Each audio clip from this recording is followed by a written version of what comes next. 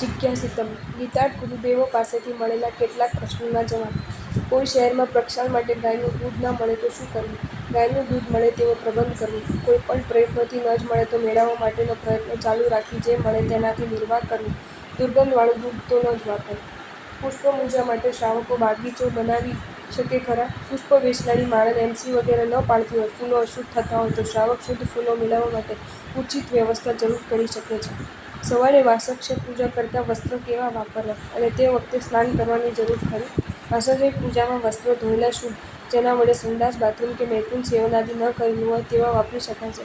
સ્નાન કર્યા વિના હાથ પગ ન ધોઈને પણ વાસક્ષ પૂજા અધ્ધર હાથે કરી શકાય છે.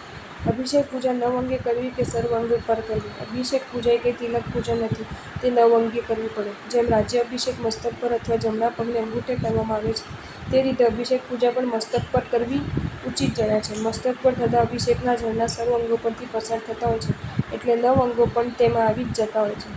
ઘણા તીર્થોમાં જિનબિંબો અપૂજ રહે છે. ઘણી આશાજ્ઞા થાય છે, તો નવા જિનબિંબો ભરાવવાનો શો અર્થ?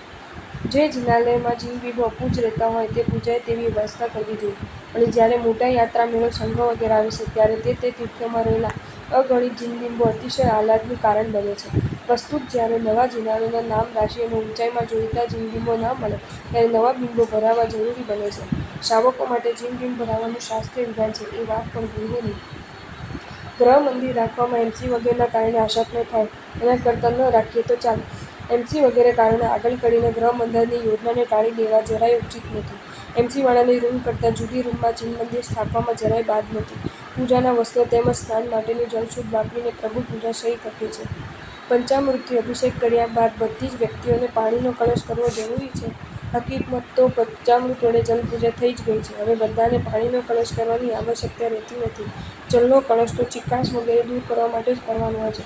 છતાં કોઈ આગ્રહ કરે તો અટકાવવા નહીં, કેમ કે હાલ તેવી પ્રણાલિકા ચાલુ છે.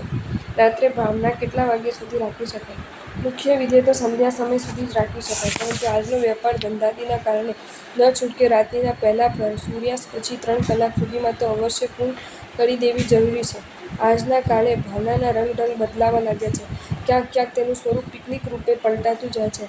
આગેવાનોએ જાગ્રત બની આવી ભાવનાઓ વહેલી તકે બંધ કરી દેવી જોઈએ. છેવટે ભાઈઓ બહેનો ભાવના અલગ અલગ સ્થળોમાં રાખવી ખૂબ જરૂરી છે.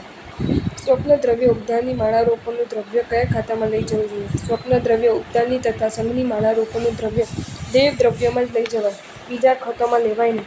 ભૂતકાલીન મુનિ સંમેલનમાં તેવા પ્રકારના ઠરાવો પણ થઈ ચૂક્યા છે. જૈનોને જ્યારે રહેવાની જગ્યા ન હોય, ખાવા અનાજ ન હોય, ત્યારે દેવદ્રવ્યથી તેમનો ઉદ્ધાર ન કરી શકાય? પૂર્વના પાપકર્મના ઉદયે આવા પ્રકારના દુઃખ ભોગવતા જૈનોને વધુ દુઃખી કરવાની આ વાત છે. દેવદ્રવ્યથી તેમનો ઉદ્ધાર નહીં પણ પતન થાય છે.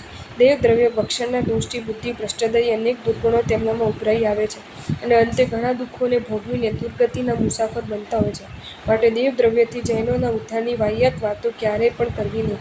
માણસ ભૂખે મરે પણ મિશ્ર મિશ્રિત અન્ન ખાવા કદાપી તૈયાર થતું નથી, તેમ શ્રાવક ભૂખે મરે પણ ભયંકર દોષોના કારણભૂત દેવદ્રવ્યના ભક્ષણને ક્યારેય પણ ઈચ્છતો નથી. દીક્ષા ઉપકરણોની ઉછામણી કયા ખાતામાં લઈ જવી? દીક્ષાના ઉપકરણોમાં જ્ઞાનના ઉપકરણ ગણાતા પુસ્તક, સાપડા વગેરેની બોલી જ્ઞાન ખાતામાં, દર્શનનું ઉપકરણ ગણાતી નવકારવાળી ઠાવણી આદિની ઉછામણી દેવદ્રવ્યમાં અને બાકીની ઉછામણી સાધુ-સાધ્વી વૈવજ ખાતે લઈ જઈ શકાય છે. પાર્શ્વ પદ્માવતી પૂજન ભગવાન સામે કરાવી શકાય?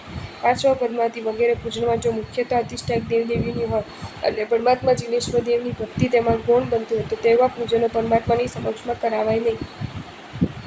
જે શ્રાવકની શક્તિ ન હોય તે જિનપૂજાનો લાભ કેવી રીતે લે? જે શ્રાવકની શક્તિ ન હોય તે મંદિરના કાળજો લેવો, કેસર ઘસવું, ફૂલની માળા ભૂતથી બીજાને આપવી, અંગરચના વગેરેમાં સહાયક બનવું તેમજ અંગમૂછનાદિ લોહી વાપવા દ્વારા માણસ જિનપૂજાનો લાભ મેળવી શકે છે. ઉપાશ્રય, આંબિલ, ગોવન કે પ્રતિષ્ઠા વગેરે કાર્યોમાં લોટરીની સિસ્ટમ કરાવવામાં આવી તો કોઈ વાંધો ખરો? લોટરીની સિસ્ટમ બિલકુલ બરાબર નથી, એ પણ એક પ્રકારનો જુગાર જ છે. આજના ન્યાયાલયો પણ દુનિયામાં ચાલતી આ પદ્ધતિને સખત શબ્દોમાં વખોડી કાઢી છે. સાધારણ માણસોને લાભ આપવાને બહાને હેઠળ ઘણા બધા શ્રીમંતો મામૂલી પૈસામાં ઘણો બધો લાભ હરામમાં ખાટી ગયા અને અનેક દાખલાઓ બન્યા છે. લોટરીની ટિકિટો જ્યારે ડ્રો થાય છે ત્યારે મોટે ભાગે લાખ ખર્ચી શકનારનું નામ 100 રૂપિયાની ટિકિટમાં બહાર આવતું હોય છે. તેમ છતાં આવકનો બીજો કોઈ ઉપાય જ ન હોય અને લોટરી દ્વારા કામ પૂરું થઈ જતું હોય તો ન છૂટકે કરી શકાય પણ તકતી પણ ખુલાસો જણાવી દેવો જરૂરી માનવો. પૂજારી કે દર્શનાર્થી સ્નાન કર્યા વિના ગભારામાં જઈ શકે ખાસ કોઈ વિશિષ્ટ પ્રયોજન વિના કોઈએ પણ સ્નાન કર્યા વિના ગભારામાં દાખલ ન થવું.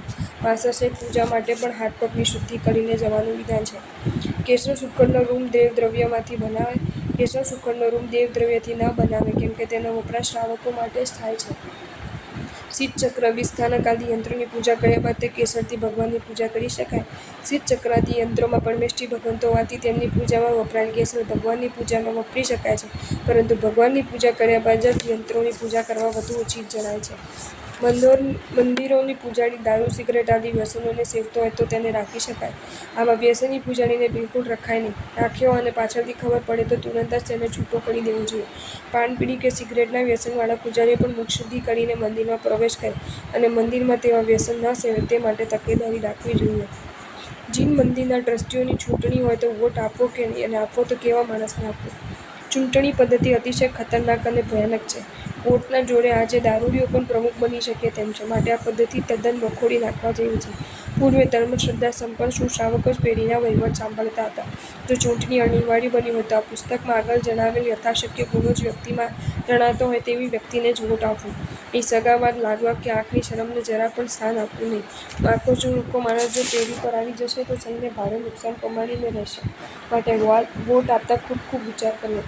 અન્યથા તે નાલાયક માણસના હાથે થયેલી ભૂલોનું પાપ તમને પણ લાગ્યા વિના રહેશે નહીં. વહીવટ કરનારના કમસે કમ શાસ્ત્રશુશ્રુતા, વ્યવહાર કુશળતા, 7 વ્યસનોથી મુક્તતા, ધર્મમાં દ્રઢતા તેમજ જમાનાવાર સુધારાવાદની હવાથી રહિતતા તો અવશ્ય હોવી જ જોઈએ. રસ્તાઓમાં કાદવ કીચડ બહુ હોય તો પ્લાસ્ટિકના જુદા રાખેલ ચંપલ પહેરીને પૂજા કરવા જઈ શકાય કે નહીં? કાદવ વગેરેનું યથાર્થ કારણ હોય તો વ્યક્તિગત રીતે આટલો ઉપયોગ ચલાવી લેવાય, પરંતુ તેને સાર્વજનિક રીતે સદા માટે માર્ગ બની દેવાય તે બરાબર નથી. રંગમંડપમાં કોપરેલ કે વેજીટેબલ ઘીના દીવા કરાય. પરમાત્માની સમક્ષ ગભારામાં તો શુદ્ધ ઘી જ વાપરવું જોઈએ. બહાર રંગમંડપમાં પ્રકાશ માટે મૂકેલા દીવા શુદ્ધ ઘીના વાપરવાની શક્તિ ન હોય તો કોપરેલ તેલના દીવા રાખી શકાય, কিন্তু વેજીટેબલ ઘી વાપરવું બરાબર નથી, કેમ કે વેપારીઓ દ્વારા તેમાં પણ પ્રાણીઓની ચરબી ભેળવાય છે, એવા કેટલાક રિપોર્ટ બહાર આવ્યા છે. દેરાસરમાં સાધારણ ખાતાના કે આંબિલ ખાતાના કે શાકક્ષેત્રના ભંડારો રાખી શકાય. જિનાલયમાં જિનાલય સંબંધિત ભંડારો જ રાખી શકાય, અન્ય ભંડારો રાખી શકાય નહીં. ભગવાનની સમક્ષ રાખેલા આંબિલ ખાતાના ભંડારો વગેરેનું દ્રવ્ય ભગવાનની સમક્ષ તેમાં નાખેલું હોવાથી તે આપણે વાપરી શકાય નહીં. કેટલાક નવા માણસો સાથિયા પર ચડાવેલા પૈસા પણ મંદિરમાં રહેલ સાધારણના ભંડારમાં નાખી દે છે. તે દ્રવ્યનો ઉપયોગ કરતા સંઘને દેવદ્રવ્યના ભક્ષણનો દોષ પણ લાગશે. લોખંડની તિજોરીનો ભંડારે રૂપ રખાય. જિનાલયના ભંડારો ઉત્તમ ધાતુઓના બનેલા હોવા જોઈએ. ક્યારેક ચોરી વગેરેના પ્રસંગ બનતા હોય અને સુરક્ષા માટેની બીજી કોઈ વ્યવસ્થા ન હોય તેવા સંજોગોમાં દ્રવ્યના રક્ષણ માટે લોખંડની તિજોરીઓ મૂકવી પડે તો ખાસ. જો તમને આ વિડીયો ગમ્યો હોય તો આ વિડીયોને લાઇક કરો અને શેર કરો, અને આવા જ નવા વિડીયો જોવા માટે જૈન ફેક્ટ્સ એન્ડ સ્ટોરીઝની ચેનલને સબસ્ક્રાઇબ કરો.